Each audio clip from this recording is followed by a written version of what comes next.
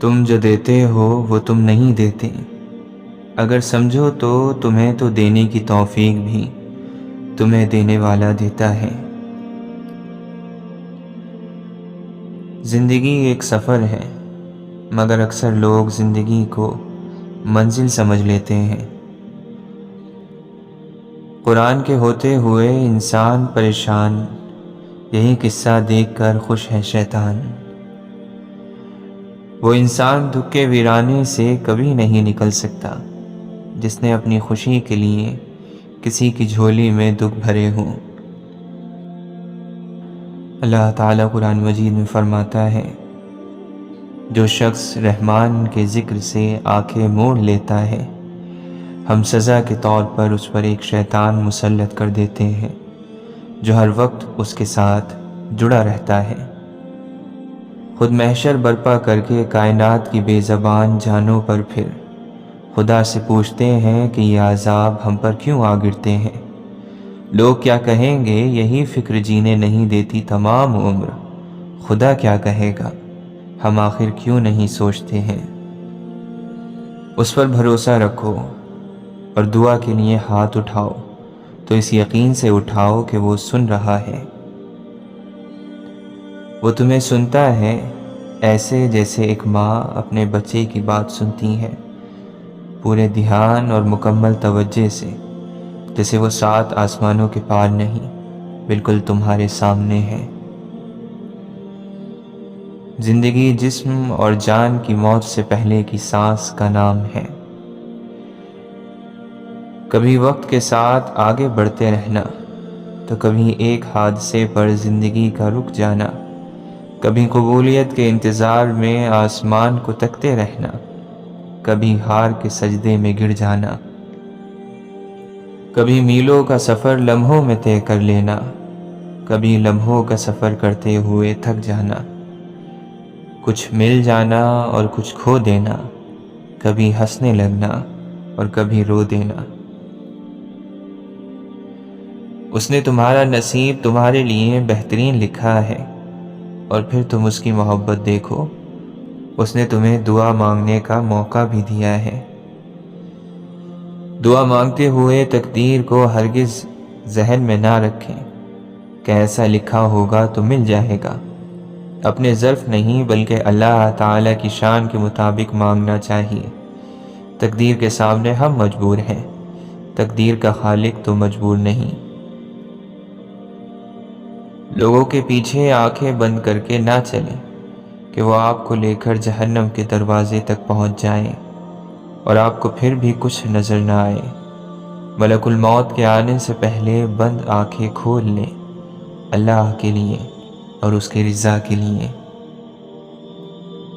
غلط باتوں کو نظر انداز کر دینا عقل مندی اور اس پر بحث کرنا بیوقوفی ہوتی ہے، کیونکہ غلط بات انتشار پھیلانے کے لیے ہی لکھی جاتی ہے، اس کو نظر انداز کرنا ہی لکھنے والے کی سزا ہوتی ہے۔ ہم اگر چاہیں تو ایسے بہت سارے موقع ہمیں ملتے ہیں کہ ہم اپنی چھوٹی سی کوشش سے کسی بھی انسان کے مختصر وقت کے لیے ہی صحیح مگر خوشی دے سکتے ہیں۔ اللہ ہم سب کو عمل کی توفیق دے۔ اچھی دوا دینے والا طبیب نہیں، بلکہ تمہاری خرابی کو پکڑنے والا تمہارا طبیب ہے۔ دل جیتنے کے فن پر اگر دسترس نہ ہو، دکھتی رگوں کو چھیڑنا دانشوری نہیں۔ وقت استاد ہے، روٹھے تو منا لو اس کو، ورنہ ہر روز نیا ایک سبق دیتا ہے۔ ایک ایک سانس نہ صرف نعمت ہے بلکہ مہلت ہے۔ اپنا پیسہ ان چیزوں پر خرچ کیجیے جنہیں پیسے سے خریدا جا سکتا ہے، اور اپنا وقت ان چیزوں پر صرف کیجیے جنہیں پیسے سے خریدا نہیں جا سکتا۔ ہر انسان ایک چلتی پھرتی کتاب ہوتا ہے، بس ہم پڑھنے کی زحمت نہیں کرتے کیونکہ ہم سمجھتے ہیں کہ علم صرف کتابوں سے حاصل کیا جاتا ہے، حالانکہ زندگی گزارنے کے اصل اسباب تو ہمیں انسانوں اور ان کے رویوں سے ہی ملتے ہیں، اور بعض سبق تو ایسے ملتے ہیں کہ ساری کی ساری کتابیں دھری رہ جاتی ہیں۔ اس دنیا میں بغیر محبت اور احساس کے کچھ بھی نہیں۔ ہر ایک کو دینا سیکھو، لیکن واپسی کی کوئی امید نہ رکھنا، کیونکہ یہ تو ایک احساس ہے، کوئی کاروبار نہیں۔ دوستی وہ جو آپ کے جذبات کو سمجھے، ہم سفر وہ جو آپ کے احساس کو سمجھے۔ مل تو جاتے ہیں سب اپنا کہنے والے، پر اپنا وہ جو بن کہے آپ کی ہر بات کو سمجھے۔ ضروری تو نہیں کہ آپ ان لوگوں کے لیے اداس رہیں جنہیں آپ کی پرواہ نہیں۔ آپ ان لوگوں کے لیے خوش بھی تو رہ سکتے ہیں جو آپ کی فکر کرتے ہیں۔ لوگوں سے دھوکہ کھانے کے بعد بعض دفعہ تو انسان اتنا محتاط ہو جاتا ہے کہ اچھے لوگوں سے بھی ڈرنے لگتا ہے۔ تکبر کے موسم میں سازگار ہوائیں نہیں چلا کرتی۔ بہت کچھ سنجیدہ نہیں چل رہا، تبھی تو بہت کچھ مذاق بن کے رہ گیا ہے۔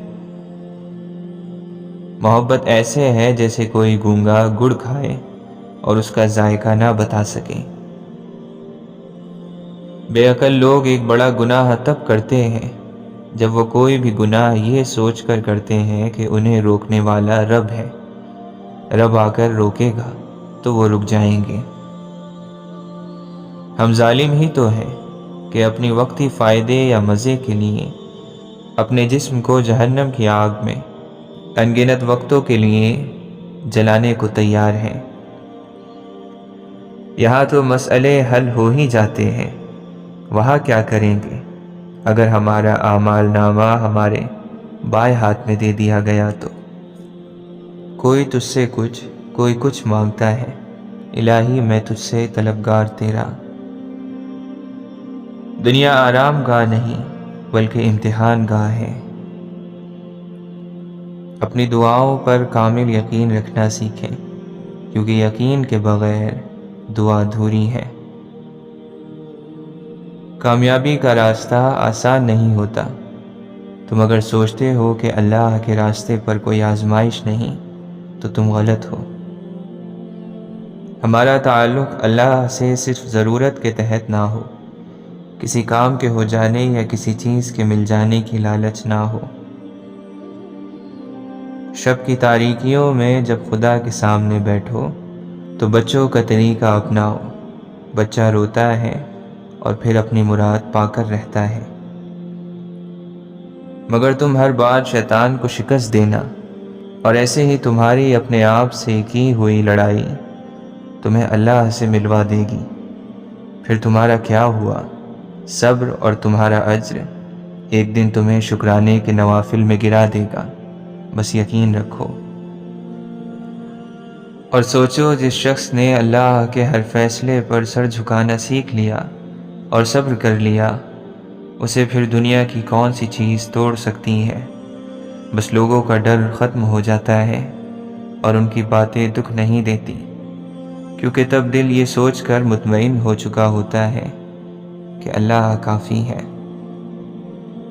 حضرت علی رضی اللہ عنہ فرماتے ہیں، مجھے تعجب ہے اس شخص پر جو اپنی برائیوں کو جانتا ہے، مگر جب اس کو برا کہا جائے تو ناراض ہو جاتا ہے۔ مولانا رومی فرماتے ہیں، اگر رات نہ ہوتی تو کمائی کے لالچ میں تم ہر وقت کام میں مصروف رہ کر اپنے بدن کو تباہ کر لیتے۔ رات انسانوں کے لیے اللہ کی بڑی نعمت ہے۔ اگر تم مسلمان کی حیثیت سے زندہ رہنا چاہتے ہو تو یاد رکھو، ایسی زندگی قرآن کے بغیر نصیب نہیں ہو سکتی۔ اللہ تعالیٰ قرآن مجید میں فرماتا ہے، اور جان رکھو کہ تمہارے مال اور تمہاری اولاد سب فتنہ ہے۔ مولانا رومی فرماتے ہیں، یا اللہ تو رحیم اور کریم ہے اور میں کم ظرف انسان ہوں، لیکن تیرے لطف و کرم سے ہی میری بقا ہے۔ اگر کہیں اللہ لوگوں کے ساتھ برا معاملہ کرنے میں بھی اتنی ہی جلدی کرتا جتنی کہ وہ دنیا کی بھلائی مانگنے میں جلدی کرتا ہے، تو انسانوں کی عمل کی مہلت بھی ختم کر دی گئی ہوتی۔ اللہ تعالیٰ فرماتا ہے، مگر ہمارا یہ طریقہ نہیں ہے، اس لیے ہم ان لوگوں کو جو ہم سے ملنے کی امید نہیں رکھتے، ان کی سرکشی میں بھٹکنے کے لیے چھوڑ دیے دیتے ہیں۔ قرآن مجید میں انسان کی گمراہی کا اصل سبب صرف ایک چیز کو قرار دیا گیا ہے، اور وہ ہے اللہ کی نشانیوں کو نہ سمجھنا۔ چنانچہ وہ بار بار اس پر متنبہ کرتا ہے اور نہایت شدت کے ساتھ اس کی مذمت کرتا ہے۔ اللہ تعالیٰ قرآن مجید میں فرماتا ہے، اللہ کے نزدیک بدترین جانور وہ بہرے گونگے ہیں جو عقل سے کام نہیں لیتے۔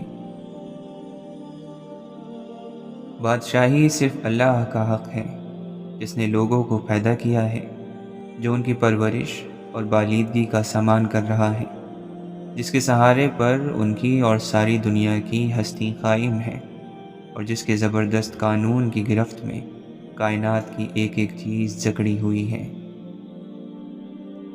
یقیناً رات اور دن کے الٹ پھیر میں اور ہر اس چیز میں جو اللہ نے زمین اور آسمانوں میں پیدا کی ہے، ان لوگوں کے لیے نشانیاں ہیں جو غلط راستے سے بچنا چاہتے ہیں۔ مومن بندے کے لیے اصل سہارا اللہ کی ذات ہے، اور چاہے کوئی ظاہری اور مادی سہارا موجود نہ ہو اور بظاہر ہر طرف سے مایوسی نظر آتی ہو، ایک بندہ مومن اللہ ہی پر بھروسہ کرتا ہے اور اس کی رحمت کی آس لگائے رکھتا ہے۔ اسلام نے انسانوں کی خدمت اور ان کے ساتھ حسن سلوک کو بڑی اہمیت دی ہے۔ اس نے مخلوق کی خدمت کو خالق کی خدمت سے تعبیر کیا ہے۔ اس نے کہا، خدا کے بندوں کی مدد کرنا حقیقت میں خدا کی مدد کرنا ہے، ان کے کام آنا خدا کے کام آنا ہے۔ نماز انسان کو تاریکیوں سے آزاد کراتی ہے۔ انسان کے لیے تاریکی، اندھیرا اور جہالت سے نکلنے کا واحد راستہ نماز ہے۔ نماز اگر مکمل توجہ اور اپنی تمام شرائط کے ساتھ انجام دی جائے تو نہ فقط نماز گزار کے دل اور روح کو بلکہ اس کے آس پاس سارے ماحول کو نورانی اور معطر کر دیتی ہے۔ نماز انسان کو تاریکیوں اور ظلمتوں سے آزاد کراتی ہے، اس کے غیظ و غضب اور نفسانی خواہشات کو مغلوب کر کے اور ان کو ہرا کر اسے اللہ کے قریب کر دیتی ہے۔ قرآن پر ایمان کی نشانی یہ ہے کہ انسان کی پوری زندگی اس کے سانچے میں ڈھل جائے۔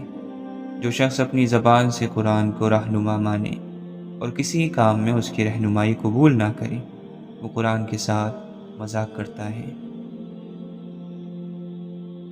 اللہ سے پھرا ہوا آدمی جس کی عقل پر غفلت یا دشمنی کا پردہ پڑا ہوا ہو، کسی چیز کو دیکھ کر بھی کوئی سبق نہیں لے سکتا۔ اس کی حیوانی آنکھیں یہ تو دیکھ لیں گی کہ ہوائیں چلیں، بادل آئے، بجلی چمکی اور بارش ہو گئی، مگر اس کا انسانی دماغ کبھی یہ نہیں سوچے گا یہ سب کچھ کیوں ہو رہا ہے، کون کر رہا ہے اور مجھ پر اس ذات کے کیا حق ہیں۔ توحید کے برحق ہونے کی نشانی ہر انسان کے نفس میں موجود ہے۔ جب تک اسباب سازگار رہتے ہیں، انسان خدا کو بھولا اور دنیا کی زندگی پر پھولا رہتا ہے۔ جہاں اسباب نے ساتھ چھوڑا، وہاں سب سہارے جن کے بل پر وہ جی رہا تھا ٹوٹ گئے۔ پھر سخت سے سخت مشرک اور دہریے کے قلب سے بھی یہی شہادت ابلنی شروع ہو جاتی ہے کہ اس سارے عالم اسباب پر کوئی خدا کار فرما ہے، اور وہ ایک ہی خدا غالب اور طاقتور ہے۔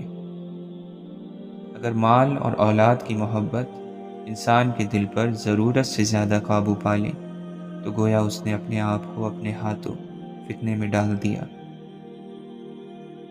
جو شخص یہ نہ جانتا ہو کہ اسلام اور کفر میں کیا فرق ہے، اس کی مثال تو بالکل ایسی ہے جیسے کوئی شخص اندھیرے میں پگڈنڈی پر چل رہا ہو سکتا ہے کہ سیدھی لکیر پر چلتے چلتے خود اس کے قدم کسی دوسرے راستے کی طرف مڑ جائیں اور اس کو خبر بھی نہ ہو کہ میں سیدھی راہ سے ہٹ گیا ہوں۔ اگر انسان اپنے اندر اور اپنی روح کے اندر متوجہ نہیں ہوگا تو کبھی بھی اسے اللہ کا قرب نصیب نہیں ہوگا۔ جس طرح ستارے اور زمین گردش میں ہیں، کائنات کا ایک ایک ذرہ متحرک ہے، انسان جس کے لیے یہ ساری کائنات پیدا کی گئی ہے وہ بھی ہر لمحے اور ہر آن جذبات اور احساسات کی دنیا میں بھٹکتا رہتا ہے۔ مغربی تہذیب کسی حیثیت سے بھی اسلام کے مقابلے کی تہذیب نہیں۔ اگر مقابلہ اسلام سے ہو تو دنیا کی کوئی قوت اس کے مقابلے میں نہیں ٹھہر سکتی، مگر اسلام ہے کہاں؟ اب اگر اسلام دوبارہ دنیا کا رہنما بن سکتا ہے تو اس کی بس یہی ایک صورت ہے کہ مسلمانوں میں ایسے مفکر اور محقق پیدا ہوں جو فکر و نظر اور تحقیق و اکتشاف کی قوت سے ان بنیادوں کو ڈھا دیں جن پر مغربی تہذیب کی عمارت قائم ہوئی ہے۔ ظرف پیدا کر سمندر کی طرح وسعت خاموشیاں، گہرائیاں، چہرے سے پتہ نہیں چلتا دل کے گہرے زخموں کا، کوئی ساحل پر کھڑا کیا جانے سمندر کتنا گہرا ہے۔ اگر کسی شخص سے تعلق کاٹ چکے ہو تو اس کے متعلق اپنی زبان بھی کاٹ دو۔ حسرتیں، حیرتیں، تمنائیں، ایک دنیا میں کتنی دنیائیں۔ بے صبری نہ کیا کرو، بے صبری بدگمانی پھیلاتی ہے۔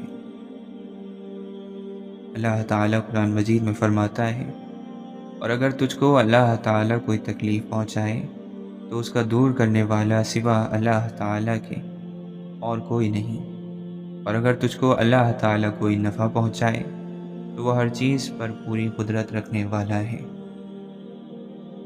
واصف علی واصف فرماتے ہیں، اللہ بھی بلند سے بلند ہے اور اللہ کے محبوب صلی اللہ علیہ وسلم کی ذات بھی بلند سے بلند، اور دونوں کے دم سے ہی ہمارا کلمہ مکمل ہوتا ہے۔ کسی کے پیر کا کانٹا نکال دو، تمہارے دل کی چبھن کم ہو جائے گی۔ انسان عجیب ہے، جب دل بھر جاتا ہے تو وہ سب باتیں جمع کرنا شروع کر دیتا ہے جن کو بنیاد بنا کر وہ دوسری کی زندگی سے بھاگ سکے اور خود کو تسلیاں دے سکے۔ ضد انسان کو لے ڈوبتی ہے، چاہے اچھے کی ہو یا برے کی، زندگی لچک مانگتی ہے، اور جو انسان بات بے بات رشتے ناتے میرے تمہارے کی لڑ پکڑے وہ ہمیشہ بے سکون ہی رہتا ہے۔ تکلیف کے بدلے میں تکلیف دے کر جس سکون کی انسان کو تلاش ہوتی ہے وہ کبھی نہیں ملتا۔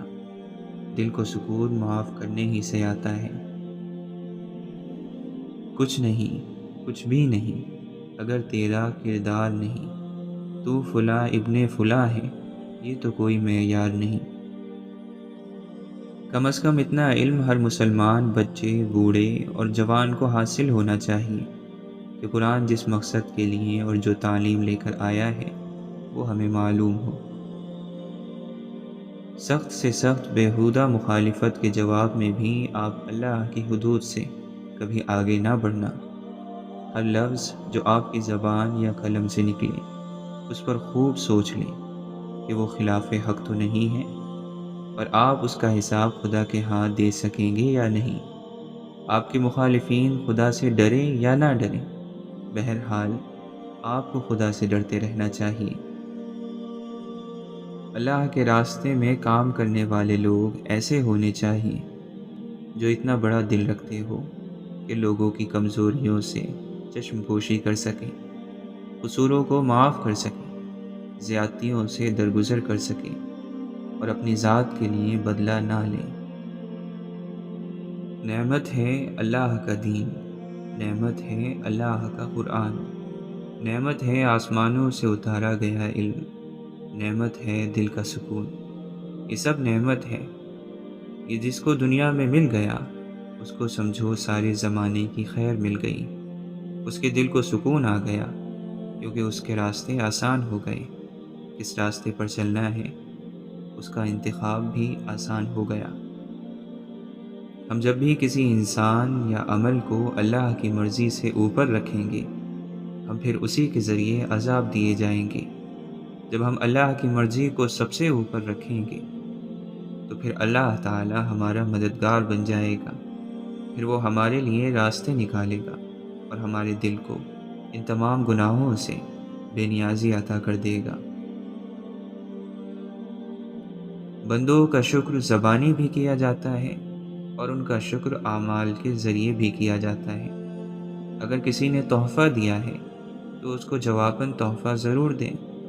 تحفہ اپنی حیثیت کے مطابق دیں، لیکن دے ضرور۔ کسی نے دعا دی ہے تو اس کو بھی دعا دیں۔ کوئی آپ کے لیے وقت نکالتا ہے تو اس کے لیے بھی وقت نکالیں۔ اس دنیا میں صرف ایک رب ہی ہمارا ہے، اور اگر ہم نے اسی کے سامنے خود کو بے عزت کروا دیا، تھوڑی سی لذت یا تھوڑے سے دنیاوی فائدے کے لیے اس کے سامنے اپنا مقام کھو دیا، تو پھر ہم نے زندگی میں کیا کمایا؟ اگر رب کو ہی کھو دیا تو پھر کیا حاصل؟ بعض لوگ نیکیاں کرتے ہیں، لیکن ان کے بارے میں قرآن کہتا ہے کہ وہ ہیں تو بہت عمل کرنے والے، لیکن ان کا یہ عمل ان کو صرف تھکاتا ہے۔ ان کے نیک عمل کے باوجود ان کی نیکیاں ضائع کیوں؟ کیونکہ ہماری نیت میں کھوٹ ہوتا ہے۔ جب نیکی کی تو اس کو دکھانے کے لیے کیا، کسی پر احسان کیا تو جتا دیا، عبادات کو شکووں سے ضائع کر دیا، تکلیف پر ناشکری کر کے اجر گوا دیا۔ ہر روز جب دعائیں قبول ہوں تو اس کے پیچھے اپنے رب کو ڈھونڈا کریں۔ جب آپ بال بال بچ جائیں تو یاد رکھا کریں کہ یہ آپ کا رب تھا جس نے رسوائی سے بچا لیا۔ جب اچانک سے مصیبت آن پڑے تو یاد رکھیں یہ رب ہی ہے جس نے اجازت دی تھی اس مصیبت کو کہ وہ آپ کو آن چھوئے، سو وہی رب آپ کو اس سے نکالے گا بھی۔ اپنی چال کو ذرا درمیانہ کر لیں، اپنے کام کی رفتار کو بھی درمیانی کر لیں۔ کوئی بیج ایک دن میں درخت نہیں بنا کہ جن کاموں کو لے کر آپ جلدی جلدی کامیاب ہونا چاہتے ہیں وہ وقت لیں گی، کیونکہ ہر چیز میں وقت لگتا ہے۔ جس زندگی میں ہم اللہ کے لیے وقت نہیں نکالتے، اس زندگی میں پھر ہم اپنے لیے بھی وقت نہیں نکال پاتے۔ بظاہر ہم شاید ایک اچھا دن گزارتے ہوں، اچھی خوراک کھاتے ہوں، لیکن روح کے لیے وقت نہیں نکلتا۔ اور وہ راستہ جو اللہ کی طرف نہیں جاتا وہ پھر کسی طرف نہیں جاتا۔ اللہ کے نبی صلی اللہ علیہ وسلم فرماتے ہیں، تم اللہ سے دعا مانگو اور اس یقین کے ساتھ مانگو کہ تمہاری دعا ضرور قبول ہوگی، اور اچھی طرح جان لو کہ اللہ تعالیٰ بے پرواہی اور بے توجہی سے مانگی ہوئی غفلت اور کھیل کود میں مبتلا دل کی دعا قبول نہیں کرتا۔ جب ہم مشکل میں پڑتے ہیں تو بھاگ کر اللہ سے دعا کرتے ہیں، اور ہم چاہتے ہیں کہ اللہ تعالیٰ فوراً ہمارا یہ مسئلہ حل کر دے۔ اگر ہمیں اللہ سے اپنی دعا کے لیے فوری طور پر جواب چاہیے ہوتا ہے تو ہمیں بھی اذان پر فوری طور پر مسجد جانا چاہیے۔ بدنصیبی غریب ہونا نہیں، بدنصیبی بے ایمان ہونا ہے۔ روح کا انسانیت سے خالی ہونا برا ہے۔ رشتے اور محبتیں شک اور خدشات کی نظر نہیں کرتے، ورنہ ساری عمر نقصان پیچھے رہ جاتا ہے۔ انسان کو بہت سی چیزوں کا احساس وقت گزرنے کے بعد ہوتا ہے، کیونکہ اسے ہمیشہ یہی لگتا ہے کہ ابھی بہت وقت باقی ہے۔ سچ بولنے والوں کو اگر سچ بولنے پر شرم آنے لگے تو جھوٹ بولنے والوں کی ہمت بڑھ جاتی ہے، اور وہ پہلے سے بھی زیادہ جھوٹ بولنے پر اڑ جاتے ہیں۔ زندگی کبھی ہمیں بادشاہ نہیں ہونے دیتی، سب کچھ دے کر بھی ہمیں فقیر ہی رکھتی ہے، کسی نہ کسی چیز سے محروم اور کسی نہ کسی کے لیے ترستا ہوا۔